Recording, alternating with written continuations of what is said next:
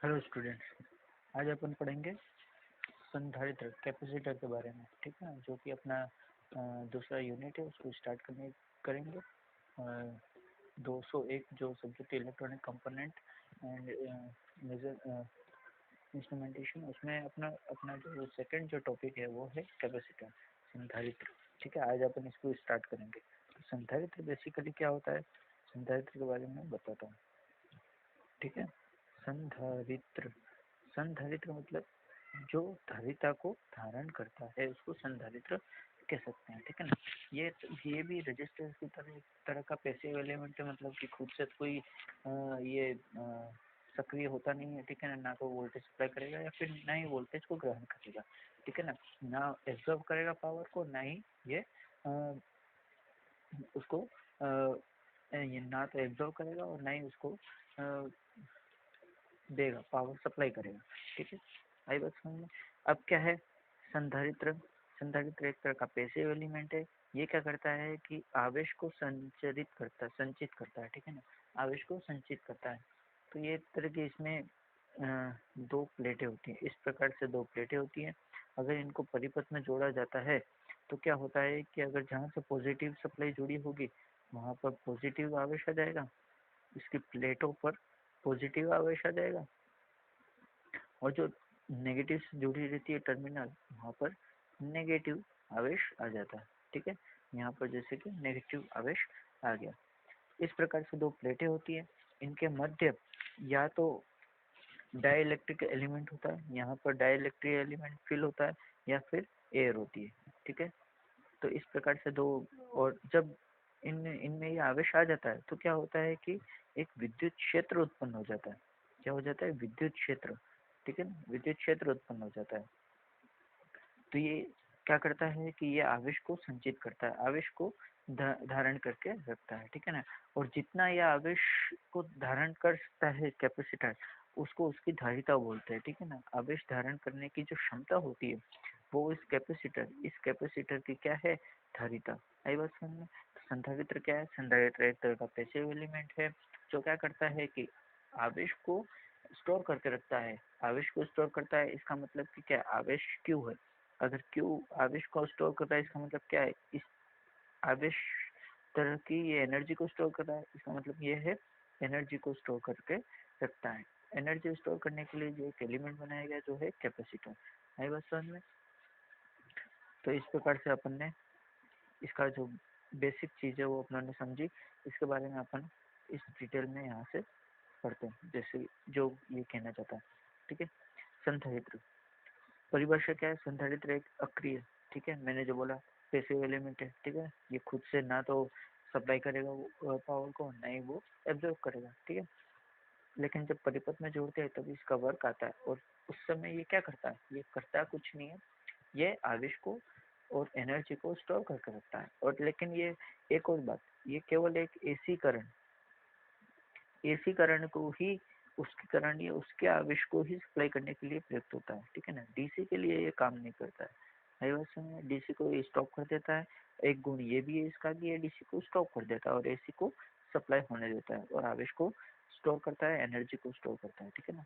अब जिसमें दो मेटल प्लेट है, मेटल प्लेट या फिल्म के मध्य डाइलेक्ट्रिक पदार्थ होता है। मैंने बोला यहाँ पे दो मेटल प्लेट है, इसके बीच में क्या होता है कि डाइलेक्ट्रिक मटेरियल भरा हुआ रहता है। ठीक है, और जो इन दोनों प्लेटों को जिस जिस टर्मिनल से जोड़ता है उसके अकॉर्डिंग यहाँ पर प्लस चार्ज या फिर माइनस चार्ज इस प्रकार से आता रहता है। ठीक है, इस अवयव की विद्युत आवेश को भंडारित करने की योग्यता होती है। वही बात है, आवेश को स्टोर करने की शक्ति होती है इसमें। ठीक है ना, क्यों अगर आवेश स्टोर कर रहा है। ठीक है, अब संधारित्र में विद्युत आवेश स्थिर विद्युत ऊर्जा के रूप में संचित रहती है।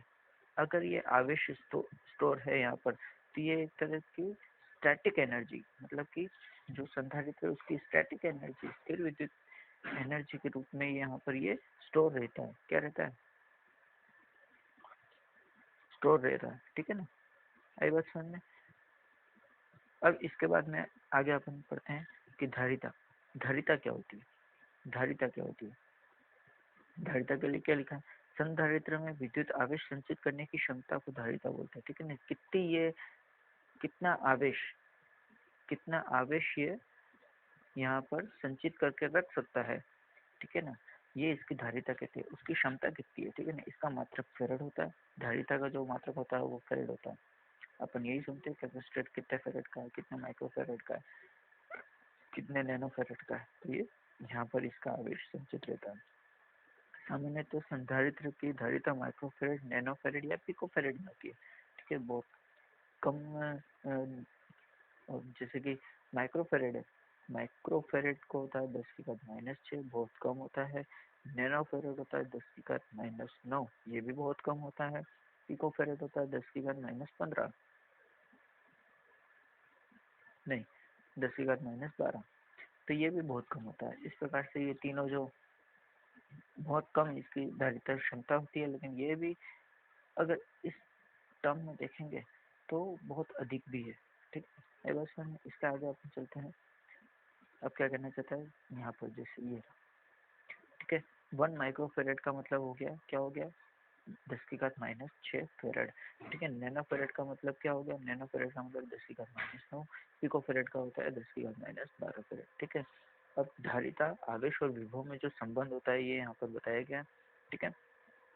जो धारिता, आवेश और विभव में जो संबंध होता है, अपना ने रेजिस्टेंस के बारे में पढ़ा था। रेजिस्टेंस में क्या था, V बराबर R इंटू आई, ये अपना ने रेजिस्टेंस के बारे में पढ़ा था कि उसमें जो वोल्टेज होता है वो इसके प्रतिरोध के समानुपाती और उसके बहने वाली धारा के समानुपाती होता है। इस तरह से इसका सूत्र आता है। इसी प्रकार से यहाँ पर क्या है, यहाँ पर ये आवेश को संचित करता है, ठीक है। आवेश को संचित करता है, तो जो आवेश होता है ये वोल्टेज, कितना वोल्टेज अप्लाई किया है अपने इस संधारित्र पर, जैसे कि यहाँ पर अपन मान लो कि ये है एक संधारित्र, ठीक है।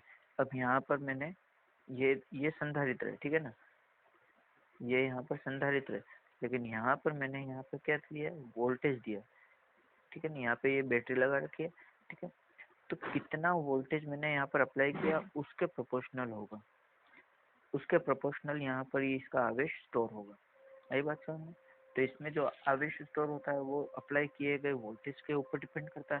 जब इसका प्रोपोर्शनलिटी कांस्टेंट हटाते हैं तो B बराबर सी बी, और सी यहाँ पर क्या है, कैपेसिटेंस, मतलब कि उसकी धारिता, C बराबर Q/V। इस प्रकार से ये इसका फॉर्मूला आ गया, क्या, कैपेसिटेंस मतलब कि धारिता बराबर C बराबर Q/V। ये बहुत ही इंपॉर्टेंट फॉर्मूला है, इसी से अपने सारे सूत्र आगे डेवलप होंगे, ठीक है। अब इसके आगे आगे अपन चलते हैं। ये फॉर्मूला अपने डेराइव कर लिया, क्या क्या डेराइव किया अपने, C बराबर Q/V। Q क्या है, यहाँ पर जो आवेश संचित है वो, V बराबर क्या है, इसका अप्लाई किया गया वोल्टेज। अब क्या है, संधारित्र में जो संचित ऊर्जा है, अब ये आवेश के बीच में जो ऊर्जा संचित करके रखता है, तो उसका फॉर्मूला क्या है, जो स्टोर्ड एनर्जी है उसका फॉर्मूला है ½ CV², ठीक है। W बराबर ½ CV², W क्या है, स्टोर्ड एनर्जी, ½ CV², W तो संचित एनर्जी हो गई, C इसकी धारिता हो गई, और V इसका जो आरोपित विभव है वो हो गया, ठीक है। इस प्रकार से इसका जो सूत्र है ये। तो अपना ने यहाँ पर बेसिकली क्या चीज़ पढ़ा, सबसे पहले तो कैपेसिटेंस के बारे में पढ़ा, कैपेसिटेंस के बारे में पढ़ा, और उसमें पढ़ा कि कैपेसिटेंस होता क्या है। कैपेसिटेंस क्या होता है, एक तरह का पैसिव एलिमेंट होता है जो क्या करता है, आवेश को स्टोर करता है। और आवेश को कैसे स्टोर करता है, आवेश को एक विद्युत, स्टैटिक विद्युत एनर्जी में स्टोर करके रखता है, ठीक है। यहाँ पर और इसके बाद में जो धारिता, धारिता के बारे में बताया गया, धारिता में क्या बोला है कि संधारित्र विद्युत आवेश को संचित रखने की क्षमता को जो कहते हैं उसको क्या बोलते हैं, धारिता, मतलब कि कितना आवेश को संचित करके रख सकता है, संधारित्र कितना आवेश संचित करके रख सकता है उसको इसकी धारिता बोलते हैं, ठीक है। इसी के साथ में अपनों ने फॉर्मूला डिराइव किया। हाँ, सबसे पहले तो धारिता क्या है, माइक्रोफेरेड, नैनोफेरेड और पिकोफेरेड में आती है, जिसका भी अपना भी वर्णन देखा कि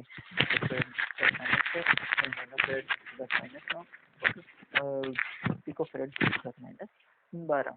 अब इसके साथ में अपनों ने एक फॉर्मूला डेराइव किया, जिसमें क्या है कि इसका जो आवेश जो ये संचित करेगा वो तो करेगा, लेकिन वो किसके प्रोपोर्शनल होगा, जो अप्लाई किया गया वोल्टेज है। जब प्रोपोर्शनैलिटी कांस्टेंट अपना ने हटाया तो यहाँ पर आ गया CV।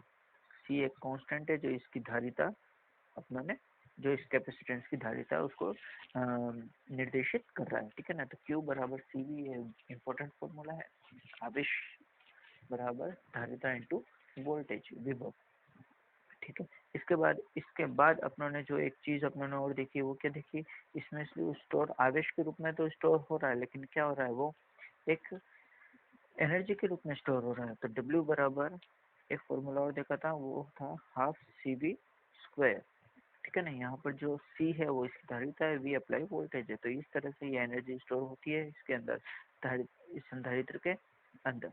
तो अपनों ने यहाँ पर 2-3 चीजें देख ली, ठीक है। इससे आगे अपन चलते हैं। ये जो एनर्जी है ये स्टोर हो गई, और ये हो गई यहाँ पर इसका जो फॉर्मूला अपने डेराइव किया, ये फॉर्मूला डेराइव हो गया, ठीक है। इसके बाद अपन पढ़ते हैं संधारित्र के प्रकार। संधारित्र के मुख्य तीन प्रकार से उसको वर्गीकृत किया जा सकता है। संधारित्र को 3 प्रकार से वर्गीकृत किया जा सकता है, ठीक है ना। सबसे पहले तो मान के आधार पर, ठीक है। मान के आधार पर कि मतलब उसका मान स्थिर है या फिर वेरिएबल है, ठीक है। या तो फिक्स्ड होगा या वेरिएबल होगा, ठीक है ना। अपन जैसे कि रेजिस्टेंस में पोटेंशियोमीटर क्या था, वेरिएबल रेजिस्टेंस था। इसी प्रकार से संधारित्र में भी अपन ऐसे अपन संधारित्र बना सकते हैं जो वेरिएबल मान के होते हैं, ठीक है ना। अपन उनको बढ़ा या घटा सकते हैं, कैपेसिटिव इफेक्ट को अपन बढ़ा या घटा सकते हैं। इसके बाद में डाई इलेक्ट्रिक पदार्थ के आधार पर मैंने बताया था, यहाँ पर ये 2 प्लेटें, ठीक है ना। ये 2 प्लेटें, इनके मध्य यहाँ पर क्या होता है, डाइलेक्ट्रिक पदार्थ होता है, ठीक है ना। तो डाइलेक्ट्रिक पदार्थ क्या है, इसके आधार पर अपनों ने जो कुछ संधारित्र को वर्गीकृत किया है, जैसे कि यहाँ पर अभ्रक, मतलब अगर माइका है, सिरामिक है, पॉलीस्टीरीन है, इलेक्ट्रोलाइट हो या फिर इलेक्ट्रोलाइट में या एल्यूमिनियम या टाइटेनियम हो, या ग्लास हो या फिर एयर, ठीक है। तो इसके अकॉर्डिंग ये कैपेसिटेंस को वर्गीकृत किया गया। लास्ट में जो तीसरा और आखिरी जो प्रकार है वो है ध्रुवता के आधार पर। ध्रुवता के आधार पर मतलब पोलराइज्ड, मतलब कि वो कितना पोलराइज्ड है, या तो नॉन पोलराइज्ड होगा, अध्रुवीय होगा, या अर्ध ध्रुवीय मतलब सेमी पोलराइज्ड होगा, या फिर ध्रुवीय होगा। तो 3 तरह से इसका वर्गीकरण अपने किया है कैपेसिटेंस का। सबसे पहले अपना कैपेसिटर की डेफिनेशन देखी कि कैपेसिटर होता क्या है। ये एक तरह से क्या होता है, पैसिव एलिमेंट होता है। पैसिव एलिमेंट होता है जो क्या करता है, आवेश को संचित करता है, और आवेश को किस रूप में संचित करता है, उसमें स्टैटिक विद्युत एनर्जी के रूप में स्टोर करके रखता है, ठीक है। तो स्टैटिक विद्युत एनर्जी के रूप में स्टोर करके रखता है। तो ये हो गया संधारित्र। और इसके बाद में क्या पढ़ा हमने, धारिता। धारिता है वो कितना आवेश स्टोर करने की उस संधारित्र की कितनी क्षमता है, वो उसकी धारिता कहलाती है। और अपने एक सूत्र डेराइव किया जिसमें क्यू बराबर CV, जो बहुत ही इंपॉर्टेंट फॉर्मूला है, और साथ में उसकी एनर्जी के रूप में जो स्टोर करके रखता है, धारित्र आवेश को स्टोर करके रखता है, वो है W बराबर क्या है, W बराबर हाफ CV स्क्वायर। ये हो गया हाफ CV स्क्वायर। ये इस प्रकार से ये आवेश को स्टोर कर सकता है, इस एनर्जी की फॉर्म में ये स्टोर कर सकता है। और एक और चीज अपन देखा था कि AC सप्लाई के लिए ही प्रयुक्त होता है, DC के लिए ब्लॉक कर देता है। क्या करता है, ब्लॉक कर देता है, ठीक है। DC को ये ब्लॉक कर देता है, AC सप्लाई के लिए ये अप्लाई होता है, ठीक है। और लास्ट में अपने संधारित्र का वर्गीकरण तीन आधार पर अपने वर्गीकृत किया है। मान के आधार पर मतलब फिक्स्ड है या वेरिएबल है। दूसरा डाइलेक्ट्रिक पदार्थ के रूप में, ठीक है। दोनों प्लेटों के मध्य जो डाइलेक्ट्रिक पदार्थ भरा हुआ है उसके अकॉर्डिंग उसमें है अभ्रक, सिरामिक, पॉलीस्टीरीन। इलेक्ट्रोलाइट में अपन एल्यूमिनियम या टाइटेनियम भी रख सकते हैं।